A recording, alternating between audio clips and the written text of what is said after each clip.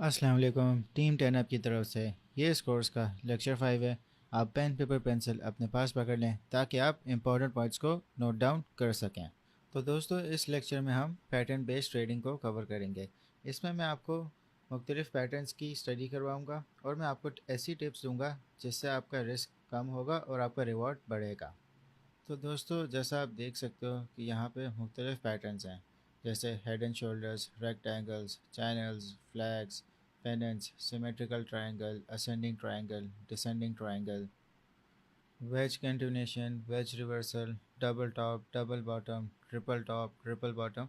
ये सारे मुख्तलिफ पैटर्न्स हैं। हम इन सबको चार्ट्स पे देखेंगे। तो दोस्तों, अब सवाल ये है कि ये पैटर्न बनता कैसे है। इसका तो कोई फिक्स क्राइटेरिया नहीं है, मगर जैसा कि हमने सपोर्ट और रेजिस्टेंस में पढ़ा था कि जहाँ भी दो पॉइंट्स मैच हो जाएंगे उसको हम सपोर्ट या रेजिस्टेंस कंसीडर कर सकते हैं। इसी तरीके से ये पैटर्न्स भी होते हैं। मिनिमम एटलीस्ट इनके दो पॉइंट्स मैच होने चाहिए, और जितने ज़्यादा उतना अच्छा आपके पैटर्न की एक्यूरेसी बन सकती है। अब ये डिपेंड करता है कि कौन सा पैटर्न है। हर पैटर्न के यूनिक फीचर्स होते हैं जो कि हम चार्ट्स पे देखते हैं। हम सीधा अभी चार्ट्स पे चलते हैं और पैटर्न्स को एक एक करके समझना शुरू करते हैं। दोस्तों, वॉल्यूम इंडिकेटर बहुत ज़्यादा इंपॉर्टेंट होता है अगर आप किसी भी पैटर्न को आइडेंटिफाई कर रहे हो। वॉल्यूम इंडिकेटर को टर्न ऑन करने का तरीका ये है कि आप इंडिकेटर्स के पैनल पे क्लिक करेंगे और सर्च में टाइप करें वॉल्यूम। तो आपके पास वॉल्यूम इंडिकेटर इस तरह ऑन हो जाएगा। तो दोस्तों, ये आपका वॉल्यूम इंडिकेटर है। बाय डिफ़ॉल्ट आपका ट्रेडिंग व्यू में ये आपको एक्टिव मिलेगा, और फ्री वर्जन में आप इसके साथ तीन और इंडिकेटर्स यूज़ कर सकते हो। तो आप जब भी कोई पैटर्न आइडेंटिफाई करो तो आप वॉल्यूम ज़रूर देखो। तो दोस्तों, आपने इन वॉल्यूम बार्स को कैसे रीड करना है। वॉल्यूम का मतलब होता है टोटल बाइंग और टोटल सेलिंग, कि कितनी ज़्यादा मार्केट में लोगों ने पार्टिसिपेशन की है बाइंग और सेलिंग में। जो वॉल्यूम का अच्छा टाइम फ्रेम आपने देखना है वो है 1 आवर, 4 आवर और डे। ये टाइम फ्रेम्स आपके बेस्ट हैं आपको वॉल्यूम बताने के लिए कि पार्टिसिपेशन किस तरह हो रही है लोगों की। तो दोस्तों, आपने इन बार्स में कंफ्यूज नहीं होना। ये जो बार्स हैं ये आपको टोटल बाइंग और सेलिंग बता रहे हैं। जैसा कि आप देख सकते हो कि ये वाली कैंडल है और इसमें जो इसका बार है वो कितना ज़्यादा बड़ा है, क्योंकि इसमें सेलिंग भी हुई है और बाइंग भी एक साथ हुई है। मगर आप अगर ये वाली आप प्राइस एक्शन देखो कि इसमें कितना एक अपवर्ड मूवमेंट आया है, मगर आप इसका वॉल्यूम देखो कि इसका वॉल्यूम इस प्रीवियस कैंडल से कितना कम था। तो इसका मतलब है कि यहाँ पे ज़्यादातर बाइंग हुई है, सेलिंग बहुत ही कम हुई है या ना होने के बराबर हुई है। तो आपने प्राइस एक्शन को जज करने के क्या वो एक्चुअली सही एक्सप्लेन कर रहे हैं अपने वॉल्यूम के हिसाब से, तो आपको इसकी मूवमेंट की एक्यूरेसी ज़्यादा अच्छी पता चल जाएगी। तो दोस्तों, जैसा आप देख सकते हो कि इस एग्जांपल में ये रेजिस्टेंस है, ये सपोर्ट है। कि आप देख सकते हैं कि यहाँ पे रेजिस्टेंस मिली, फिर दोबारा मिली, फिर तीसरी बार मिली, फिर जब चौथी बार इसने ब्रेकआउट किया तो वो एक अनसक्सेसफुल ब्रेकआउट था। आप वॉल्यूम से देख के बता सकते हो कि आप देखोगे वॉल्यूम कितना कम है। तो दोस्तों, जब भी रेजिस्टेंस को ब्रेक अगर प्राइस एक्शन करेगा तो उसको हमेशा वॉल्यूम चाहिए होता है। अगर वो लो वॉल्यूम से ब्रेक कर रहा है तो इसका मतलब कि ये एक फेक आउट है। तो आप देख सकते हो कि किस तरह रिजेक्शन इसको मिली और ये वापस से डाउन ट्रेंड में चला गया। तो ये एक फेक ब्रेकआउट था। तो दोस्तों, आपको अपनी आंखों को ट्रेन करना है कि आप फ़ौरन किसी भी पैटर्न को देखकर समझ जाओ कि क्या पैटर्न बन रहा है। इम्पॉर्टेंट बात यह है कि सपोर्ट और रेजिस्टेंस ये बहुत ज़रूरी है ट्रेडिंग के लिए, क्योंकि इन्हीं के थ्रू आप पैटर्न्स को बनता हुआ देख सकते हो। दोस्तों, अब बात करते हैं पैटर्न्स की। हमारा सबसे पहला पैटर्न है ट्रायंगल पैटर्न्स। ट्रायंगल, जिसको नहीं पता, एक थ्री साइडेड फिगर होता है। ट्रायंगल पैटर्न्स आपको सबसे ज़्यादा कॉमन मिलेंगे मार्केट में, तभी इनसे पहले हम स्टार्ट कर रहे हैं। ट्रायंगल पैटर्न आपको इस तरह नहीं नज़र आएगा, आपको इस तरह नज़र आएगा।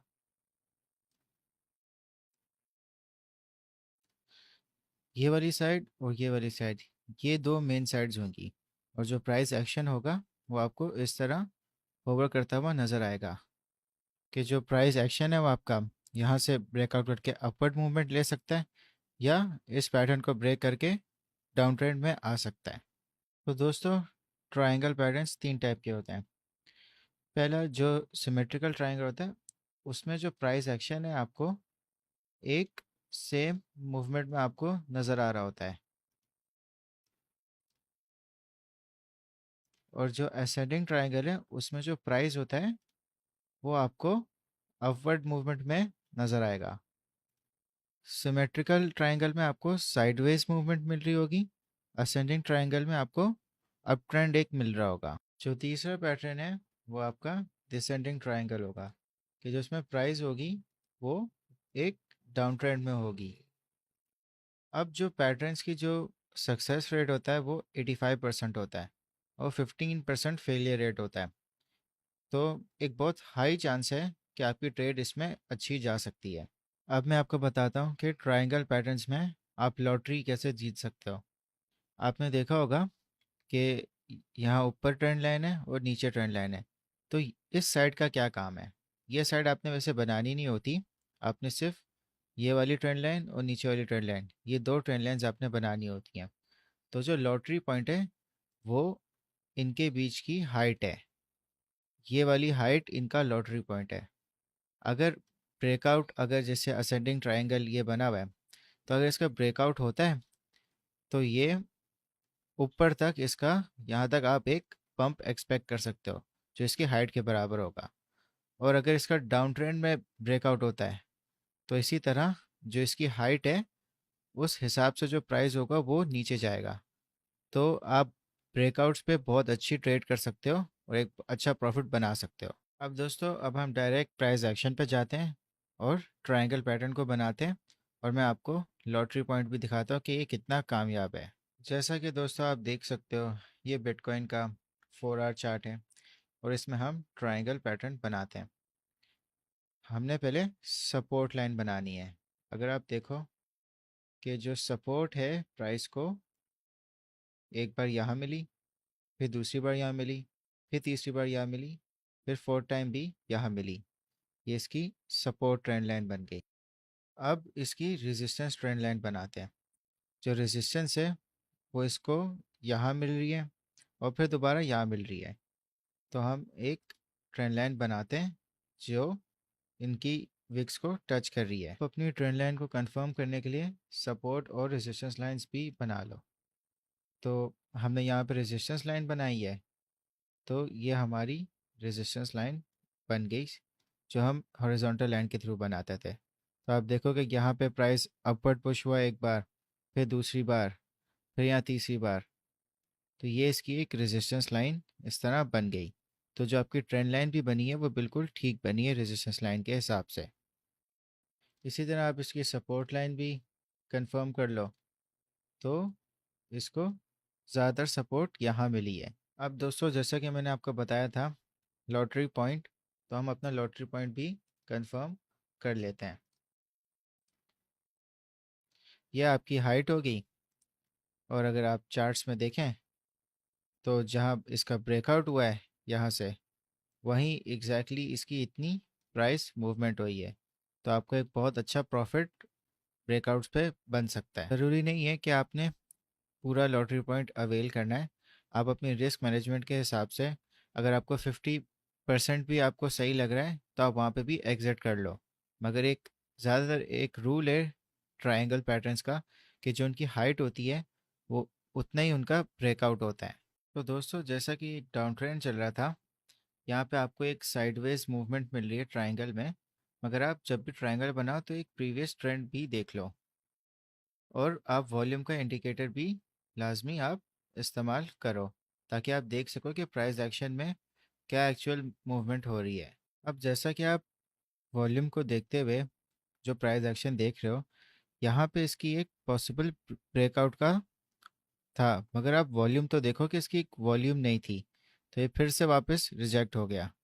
फिर इसने दोबारा जब यहाँ पे ब्रेकआउट करने की कोशिश की, यहाँ पे भी इसको कुछ खास वॉल्यूम नहीं मिला, तो ये एक तरह से एक फेक आउट था। तो आप समझ जाना चाहिए आपको कि वॉल्यूम जब नहीं है और एक तरह से वैसे ही डाउन ट्रेंड चल रहा था, तो इसने मोस्ट लाइकली नीचे की तरफ ब्रेकआउट इसने हो जाना था।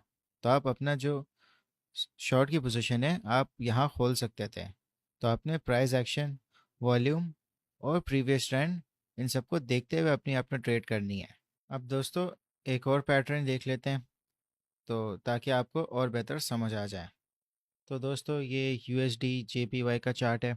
आप देख सकते हैं कि यहाँ पे एक असेंडिंग ट्रायंगल बन रहा है। अब ज़रूरी नहीं है कि आपने जो इसकी जो अपर ट्रेंड लाइन है उसको आपने नीचे वाली ट्रेंड लाइन की तरह इस तरह बनाना है। आप उसको हॉरिजॉन्टल लाइन बना सकते हैं जो रेजिस्टेंस लाइन होती है। तो आप देख सकते हैं कि यहाँ पे एक जो प्राइस एक्शन है उसने एक अपवर्ड मूवमेंट लिया है, और जो इसका ब्रेकआउट था वो आप देख सकते हैं कि एग्जैक्टली इसकी हाइट के बराबर था।